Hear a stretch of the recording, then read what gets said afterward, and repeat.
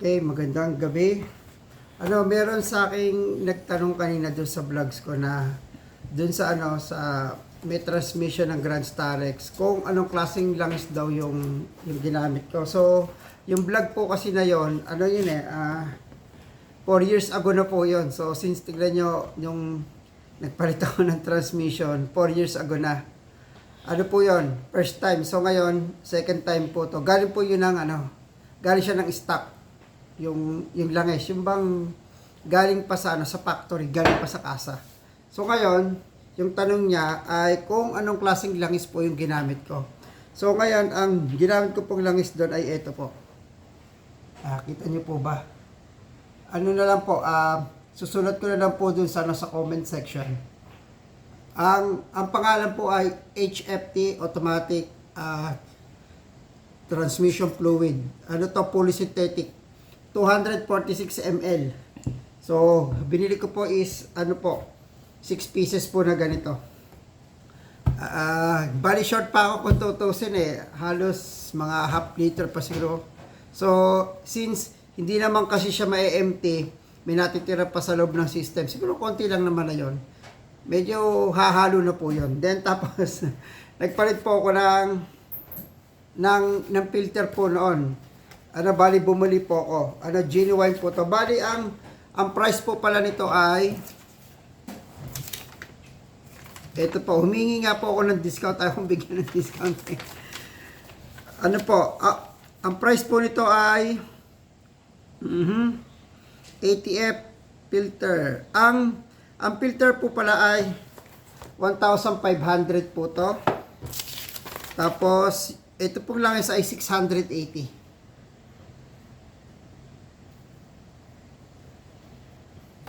Ginagamit po doon ng kasa. Recommended din po ito ng Hyundai Philippines. Mismong gumagamit po nito, mismo pong kasa mismo ng Hyundai. Kasi sabi sa akin nung nagbebenta nito sa kanila, ganito din daw ang binibili sa kanila ng Hyundai. Nag-o-order din sa kanila. Pagka po nabibitin sila, bumibili sa kanila. So, ang pangalan po nung pinagbilang ko po nito na auto supply ay Motor Cars Auto Parts. Oy, kapangalan pa ng channel natin Michael Motorcar Tips. Ayan po.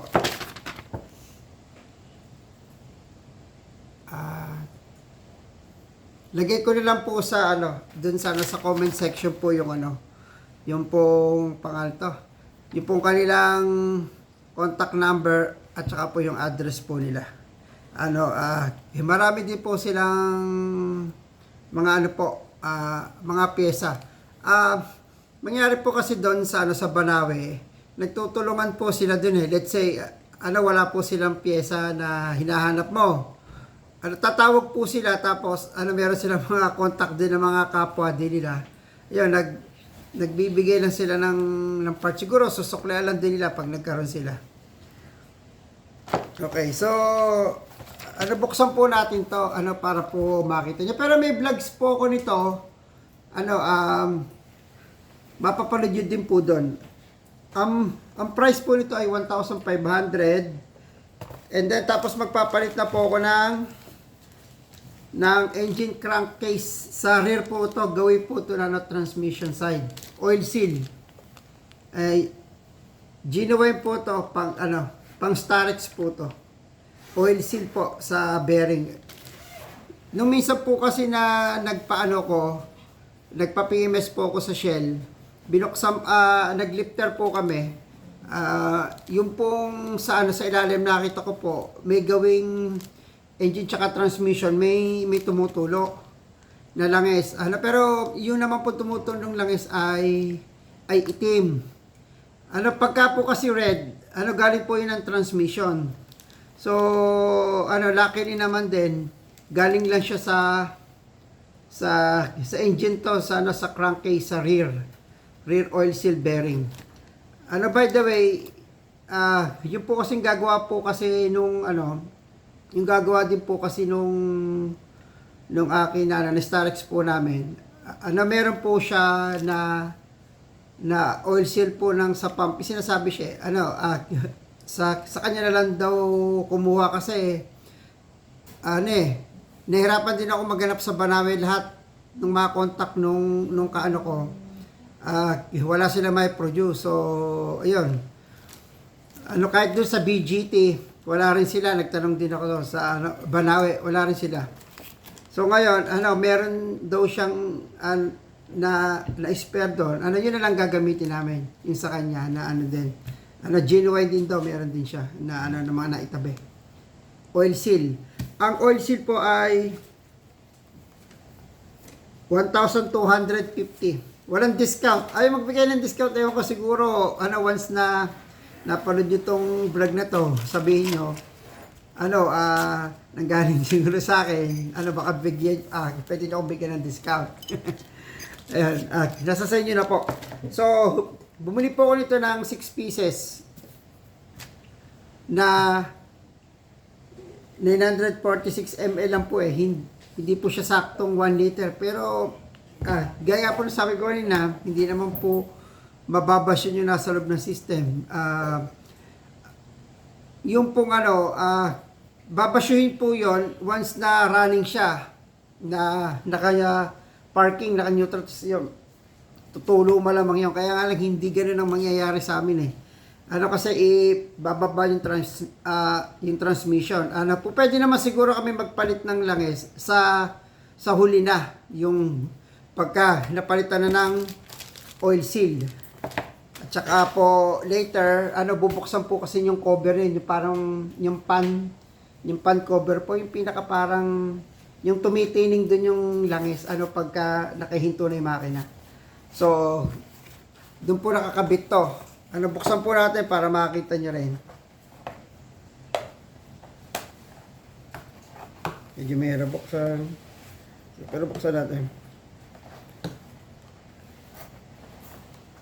1,550 o 1,500 po.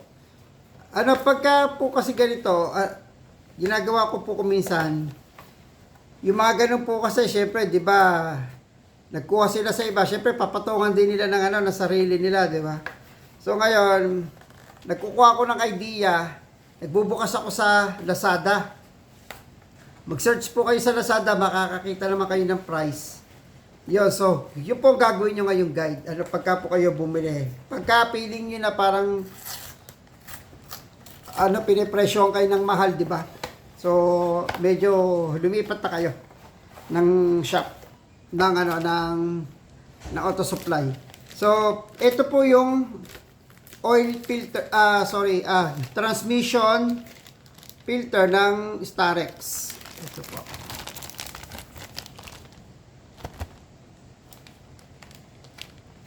May cover pa po, ko pa po siya naalis. Pero po to, meron po siyang butas. Kung makikita nyo, may butas pa ito. Ayan. Dadaan po dito yung langis, then babagsak sa oil pan. Yan. Para pong nakaganyan po yan tapos mag-drop siya. So, yung mga latak dito mapupunta. Kung may mga debris, ganyan. Debris tuloy. Yung mga, minsan di ba yung mga bakal, may metal, ano ba tawag doon?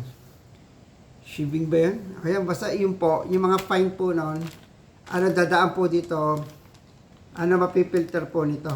Meron po siyang parang, meron po siya na, yung parang, katsa ba yun? Ayan, strainer, ayan, meron po siya dito, ayan. Dito po hihinto lahat ng libag, and yung langis po na dito tutulo. Ayan, meron siyang butas. So, 1,500 po. 1,500 pesos. Yung pong Hyundai tsaka po Kia, same lang po yun huwag po kayong malilito ron. So, okay. So, magtatanong po kayo bakit meron ako ditong langis ng Shell. Gamit ko po to. Semi-synthetic po to. 600 po to sa Sorry po. 500 po to sa Shell. Ano pagbili niyo. Pero once po na meron kayong app, may discount po to, malaki po yung mababawas. Malaki po. Bumili po kasi ako ng 3 piraso nito. Dahil napansin ko nga po, nagbabawas na yung sa makina. Siyempre po, di ba, tumuturo habang tumatakbo kayo, nadodrop siya. So ngayon, nagbawas siya. Ginawa ko, bumili na ako ng 3. So, baka sakali kasi, di ba, minsan, nagbibiyahe ka, hindi mo na malayan, di ba? Meron kang backup. So, yung 1 liter nun, naubos ko na. Naubos ko na yung 1 liter. So, may 2 pa ako natira. So, sa next PMS namin, sasama ko na lang to. Bali 7.5 liters po yung sa sa Starex eh. Sa 2.5 yung pong engine niya, yung sukat. CRDI. So ngayon ito po, mag-download po kayo ng app, may discount po kayo. And then tapos nag-earn din po kayo ng points. Yun po ang kagandahan ho niya. Kung meron po kayong app ng Shell. Wala na po yung Shell Go yung nasa card na para po siyang ATM. Wala na po yan, inalis na po ng ng Shell. Naglagay na po sila sa application na lang. Okay guys, maraming salamat. Sana doon po sa nagtanong, nasagot ko po kayo ngayon. HFT po. Subukan na po to, 4 years ago ko na po itong ginamit. Yung last vlog ko nga po, 5 lang po binili ko eh. So, ngayon po, ginawa ko na pong 6. So, feeling ko naman po, sa 4 years na tinakbo na yon, wala naman po naging problema. Wag lang po sigurong sobrang baba kung mga to, di ba? 5 naman po yung kinarga ko eh. So, ngayon po, dinagdagan ko ng isa, 6. So, siguro naman po, hindi po, wala naman po naging issue doon sa, sa transmission po namin. So, and then, tsaka, ang natakbo lang po kasi niya is mga around 60,000 kilometer lang. So, 2015 model, now is, 2026. 11 years na po siya ngayong, I think, August po. Ayan, mag-11 years na yung aming Starex. 60,000 kilometers. Minsan lang gamitin, di ba? Ganun lang, ayan. And then kasi meron naman kaming kotse na SUV na isa na na lagi naming daily grind. So nagagamit lang po to kung mga yung yung mga malalayong biyahe. Ayan, Shell. Dito sa Shell North Sagaray ko binili to. Pat shout out. Sana nakasubscribe ka sa channel ko ha. Tapos ito po yung Kia. And then, bukas na po kami naka-schedule ng mechanic ko po, si Boyet.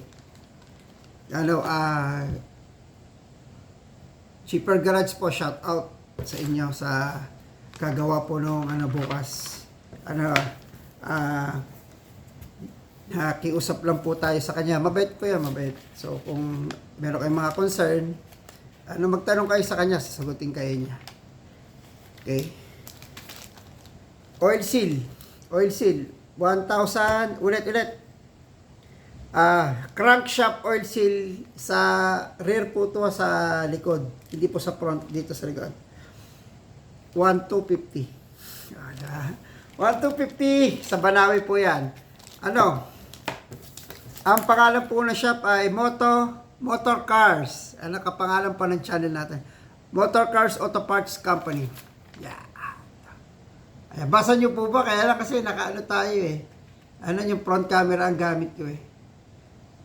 Yan. Marami po yan. Ilalagay ko na lang po sa dun sa description level po. Dun nyo na lang po basahin yung mga other details. Okay guys, maraming salamat and good day. Ma.